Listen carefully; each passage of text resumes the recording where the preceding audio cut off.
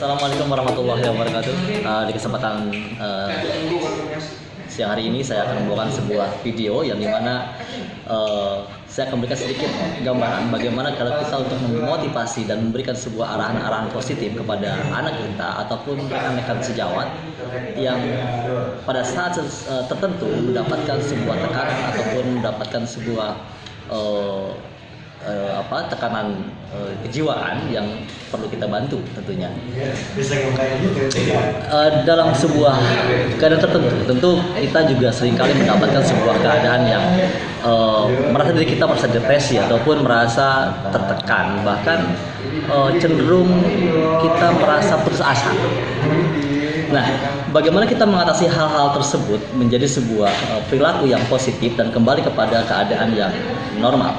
Nah, hal ini yang tentu saya akan bongkar di video kali ini, bagaimana kita mencoba untuk mengarahkannya dengan sebuah arahan yang berhubungan dengan hipnoterapi. Oke guys, dalam sebuah contoh, saya akan memberikan sebuah contoh yang sangat simpel saja. Ketika ada anak yang malas untuk belajar, dalam hal ini hubungan dengan sebuah pendidikan, bagaimana caranya supaya anak itu kembali menjadi bersemangat, bahkan menjadi termotivasi untuk belajar lebih giat lagi. Sementara dalam keadaan tertentu dia merasa sudah down, bahkan sudah merasa tidak lagi berdaya ketika menghadapi sebuah masalah di kelasnya dengan dalam hal contoh misalnya mendapatkan sebuah materi atau pelajaran yang sangat sulit, menurut dia sangat sulit, bahkan sangat membebani pikiran dan juga keadaan dia, gitu kan. Oke. Apa yang harus kita lakukan untuk itu?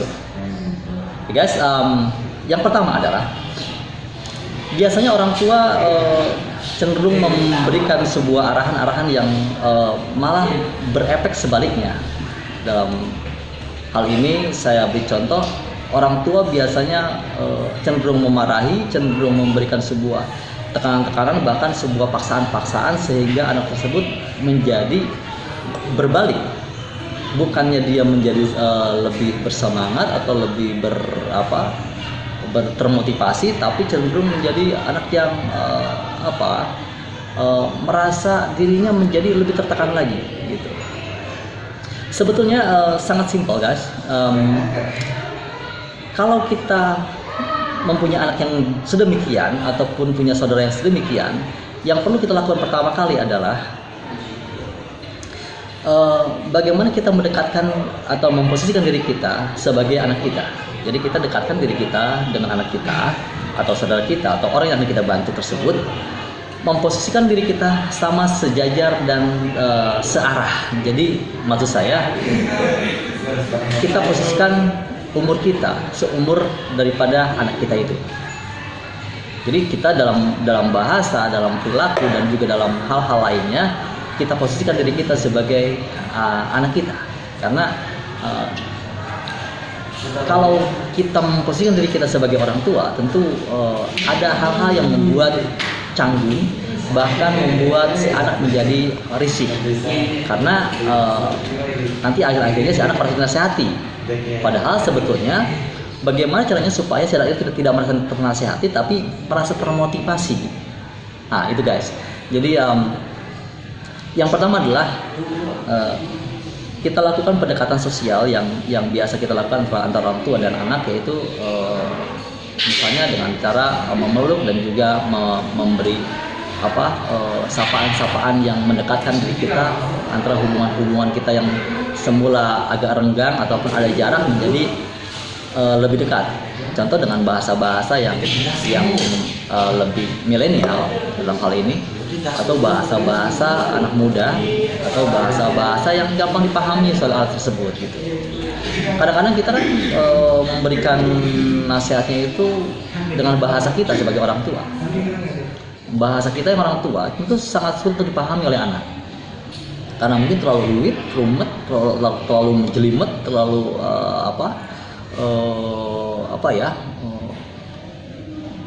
terlalu complicated lah gitu ya. Sedangkan anak bahasanya bahasa simpel, bahasa-bahasa dasar, bahasa-bahasa yang dalam hal ini bahasa-bahasa sehari-hari gitu.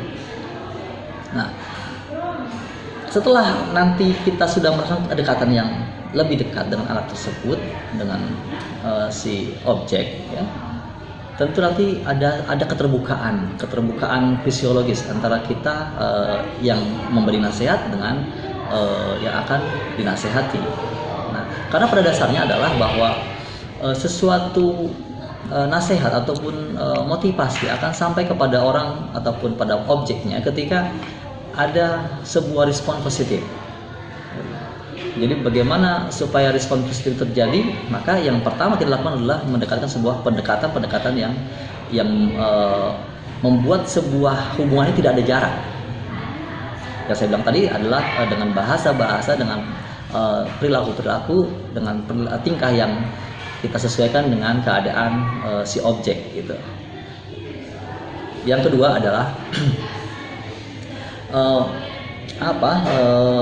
sapaan dan juga rangkulan seorang orang tua kepada anak akan membuat hati anak kita itu menjadi lebih luluh. Jadi kalau kita saat ini ingin memberikan sebuah nasihat yang positif, tentu yang kedua harus kita lakukan adalah kita rangkul anak kita, kemudian kita sapa, kita rangkul, kita usap, kemudian kita bolehlah kita sedikit memegang kepalanya gitu, ya, menceritakan bahwa kita benar-benar sayang sama anak kita, dan hal itulah yang membuat kerasnya hati, kerasnya pikiran, dan juga ego yang tinggi dari anak tersebut akan luluh gitu. Karena disadar atau tidak, sapaan kita, rabaan kita, dan juga pelukan kita terhadap anak kita itu sudah sedikit 50% membuka peluang kita untuk bisa berbicara dan lebih dekat kepada anak kita. Oke, demikian guys, nanti kita akan sambung lagi dengan video yang berikutnya. Sampai di sini dulu, saksikan dan lanjutkan. Saksikan kembali nanti video saya yang akan datang. Terima kasih guys, salam jumpa dan salam sukses.